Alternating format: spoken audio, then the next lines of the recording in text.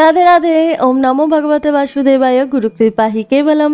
শ্রী শ্রী গুরুদেবের আশীর্বাদ নিয়ে, শ্রী শ্রী রাধারানীর আশীর্বাদ নিয়ে আজ শ্রীমদ্ ভাগবত মহাপুরাণ থেকে পড়ে শোনাচ্ছি মার্কাণ্ডেয় ঋষির তপস্যা আর বর প্রাপ্তির কথা।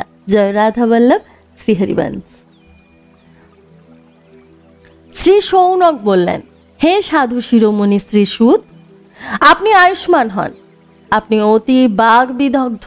সংসারের অন্ধকারে দিগ্ভ্রান্ত ব্যক্তিদের আপনি জ্যোতির্ময় পরমাত্মার সাক্ষাৎকার করাতে সক্ষম। আপনি কৃপা করে আমায় এক প্রশ্নের উত্তর দিন তো।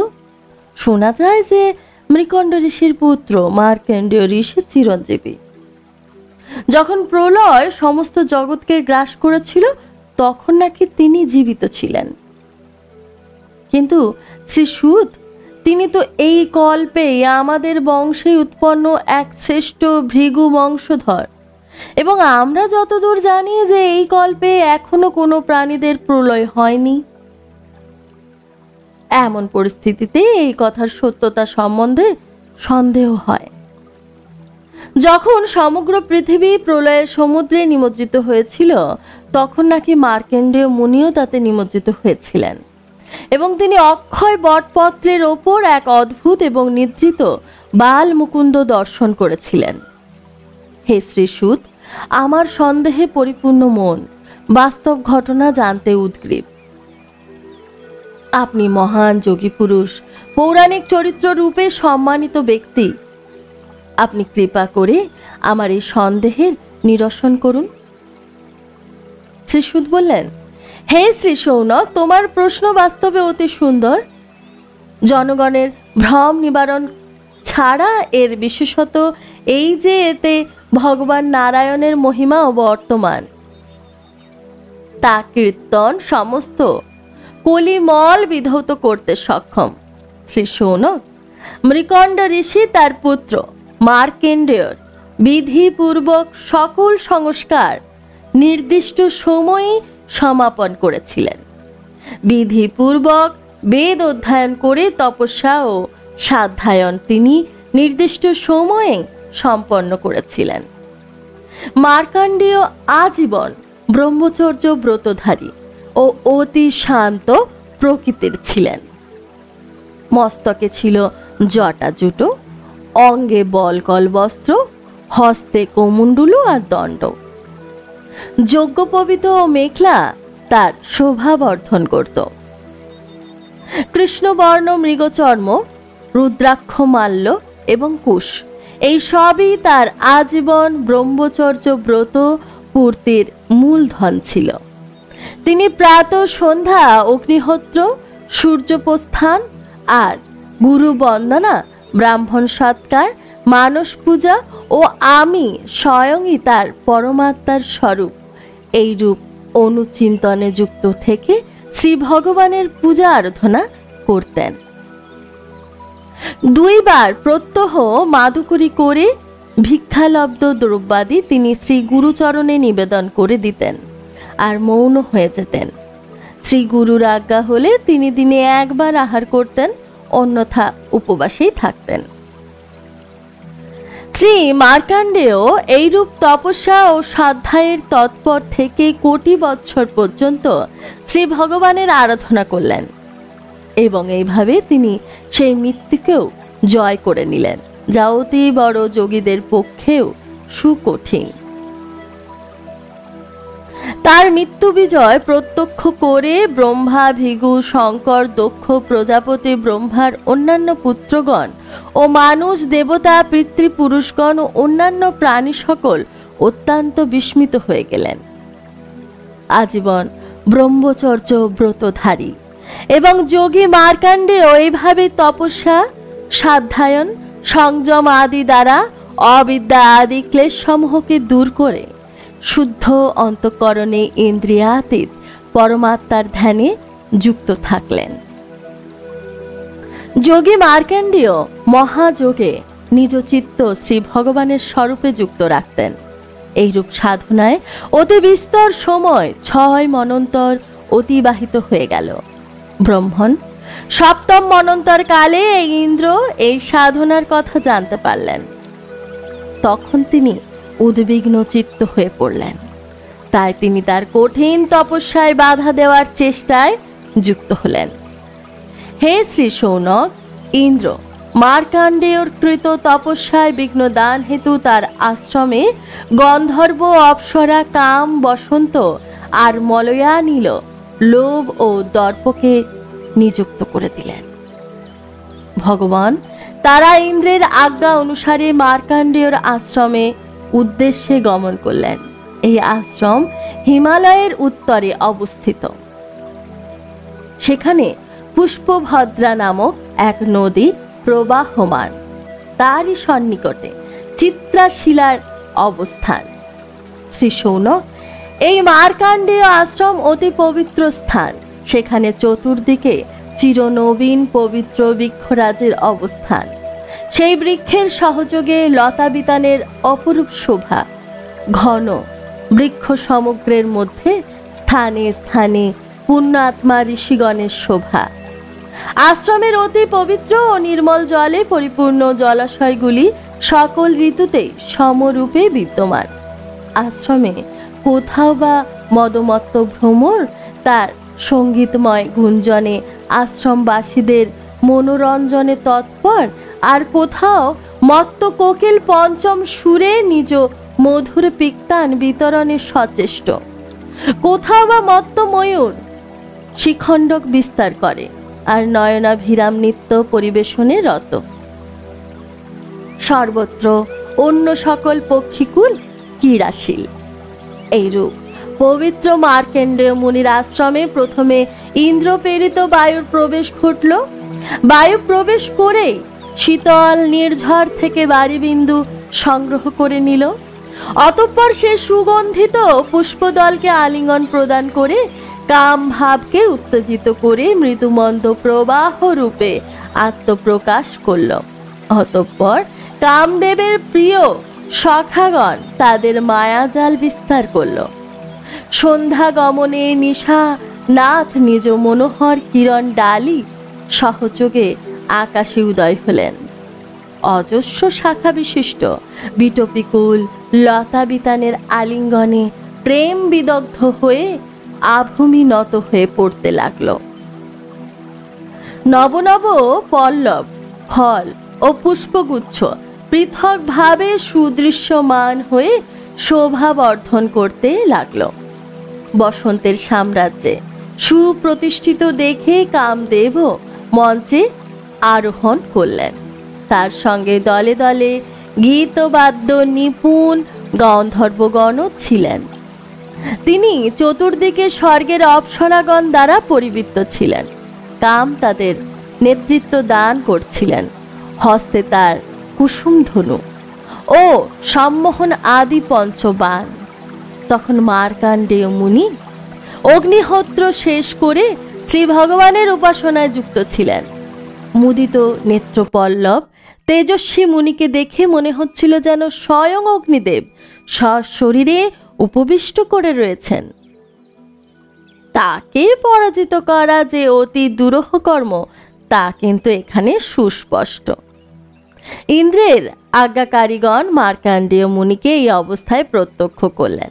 এইবার অপ্সরা সকল তার সম্মুখে নৃত্যকলা প্রদর্শন করতে আরম্ভ করলেন।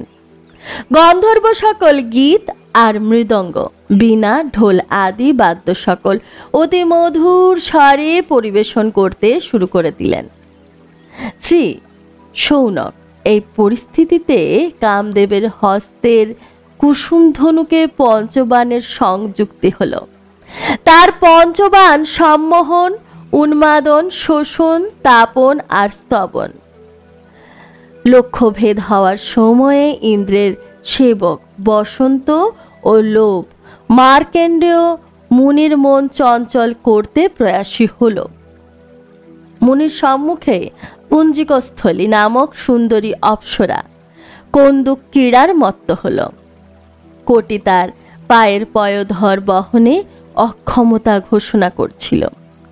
কেশ কলাপে সুসজ্জিত সুন্দর কুসুম ও মাল্য সকল ধরণীকে পুষ্পে আবৃত করতে প্রয়াসী ছিল। কন্দুক ক্রীড়ার মত্ত রমণের দৃষ্টে ক্ষণে ক্ষণে কন্দুক অনুসরণ করে পরিবর্তিত হয়ে কখনো আকাশে, কখনো ভূমিতে, কখনো করতলে নিবদ্ধ হতে লাগলো।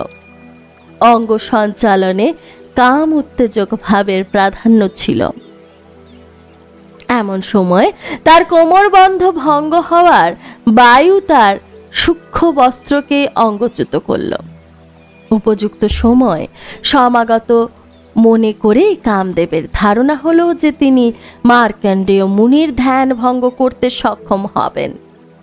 এতএব তিনি পঞ্চস্বর নিক্ষেপ করে দিলেন, কিন্তু তিনি সফল হলেন না।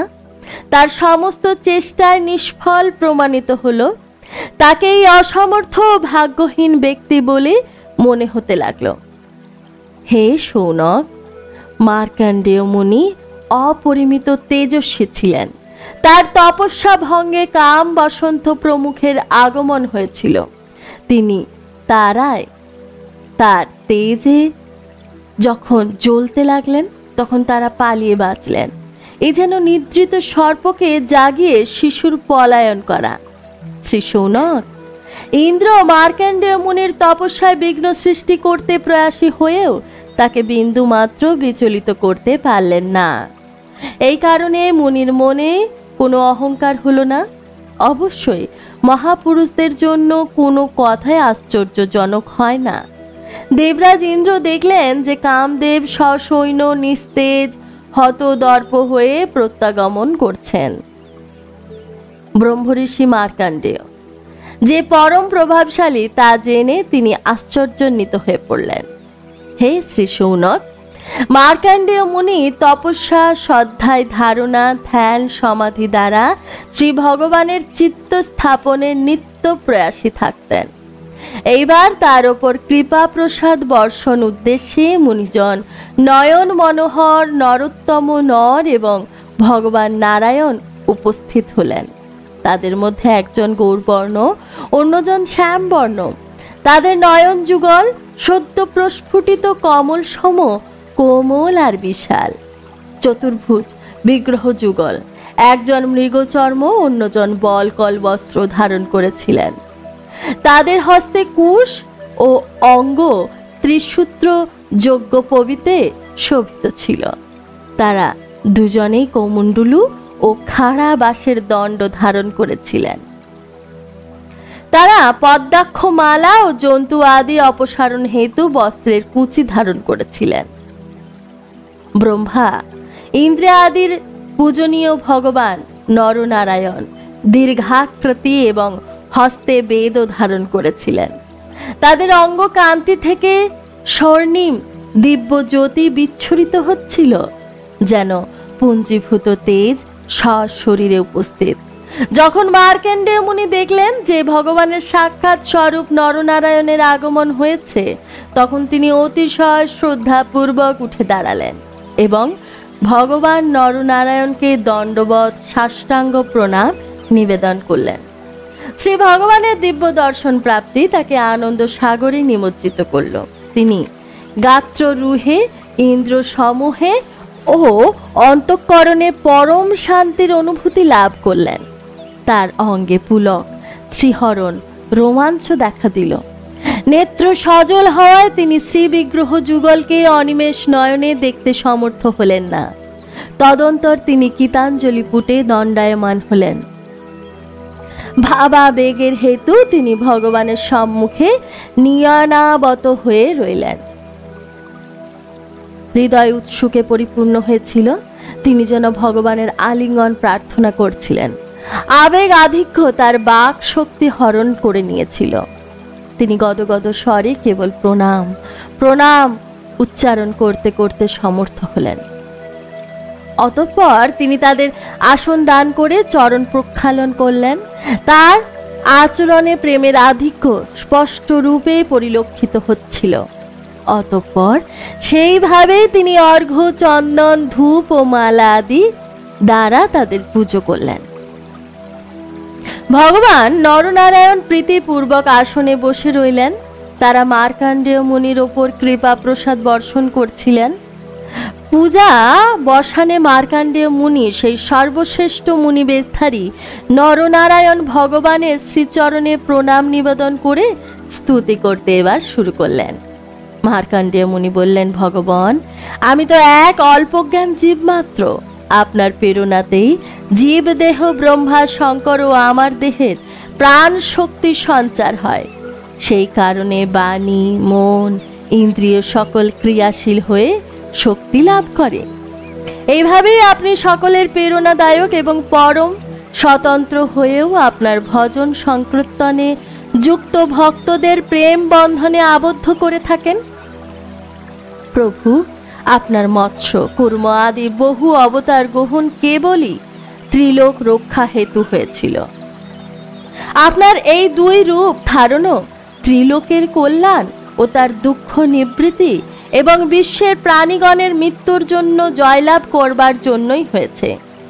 আপনি যে রক্ষা করে থাকেন তা অবশ্যই সত্য, কিন্তু উর্ণনাভ সমবিশ্বকে আপনি নিজের মধ্যে রেখে সৃষ্টি করেন ও পরে তা স্বয়ং নিজের মধ্যে লীন করে নিয়ে থাকেন। আপনি বিশ্ব চরাচরের প্রতিপালন ও নিয়ামক কর্তা। আপনি আমায় কৃপা করুন। আমি আপনাদের পাদপদ্মে প্রণাম নিবেদন করছি। আপনার শ্রীচরণের শরণাগত কর্ম, গুণ, ক্লেশ ও কালজনিত কলমস থেকে রক্ষা করুন। বেদ, মর্মজ্ঞ ঋষি, মুনিগণ আপনাকে লাভ করার জন্য স্তব, বন্দনা, পূজা ও ধ্যানে নিত্যযুক্ত থাকেন। প্রভু, জীবের চতুর্দিকে ভয়ের রাজত্ব। অন্য কারো কথা না বলে ব্রহ্মার কথাই বলি। তিনিও আপনার কাল স্বরূপকে ভয় করে থাকেন, কারণ তার আয়ুও সীমিত 2 পরার্ধ মাত্র। এতএব ব্রহ্মা সৃষ্ট প্রাণীদের ভয় থাকাই তো স্বাভাবিক। এই পরিস্থিতিতেই আপনার পাদপদ্মের শরণাগতি ছাড়া আর কোনো উপায়ের কথা আমার জানা নেই। আপনার শরণাগতি পরম কল্যাণ ও সুখ শান্তির আশ্রয়স্থল। আপনি স্বয়ংই তো মোক্ষ স্বরূপ। ভগবান, আপনারা জীব সমূহের পরম গুরু, সর্বশ্রেষ্ঠ সত্য জ্ঞান স্বরূপ। তাই আত্মস্বরূপ আচ্ছাদনকারী দেহ গেহাদি নিষ্ফল, অসত্য, বিনাশশীল প্রতীতিমাত্র বস্তু সকলকে পরিত্যাগ করে আমি এই পাদপদ্মের শরণাগত হয়েছি। শরণাগত তো তার অভীষ্ট সকল বস্তু লাভ করে থাকে। জীবের পরম সুহৃদয় হে প্রভু, যদিও শত রজতম এই 3 গুণ আপনারই মূর্তি, এদের সাহায্যে আপনি জগতের সৃষ্টি, স্থিতি, লয় আদি বহু লীলা সম্পাদন করে থাকেন। তবুও আপনার সত্য গুণ সম্পন্ন মূর্ত জীবকে শান্তি প্রদান করেই থাকেন। রজগুণ ও তমগুণের যুক্ত মূর্তিতে জীবের শান্তি লাভ হয় না, তা তো দুঃখ, মোহ ও ভয় বৃদ্ধিই করে থাকে। ভগবান, তাই স্থিত প্রজ্ঞ ব্যক্তিগণ আপনার এবং আপনার ভক্তদের পরম প্রিয় শুদ্ধ মূর্তি নর ও নারায়ণের উপাসনা করে থাকেন। পাঞ্চরাত্র সিদ্ধান্ত অনুসারে বিশুদ্ধ সত্যকেই আপনার শ্রী বিগ্রহ জ্ঞান করা হয়। সেই উপাসনায় আপনার নিত্য ধাম বৈকুণ্ঠ প্রাপ্তি হয়ে থাকে।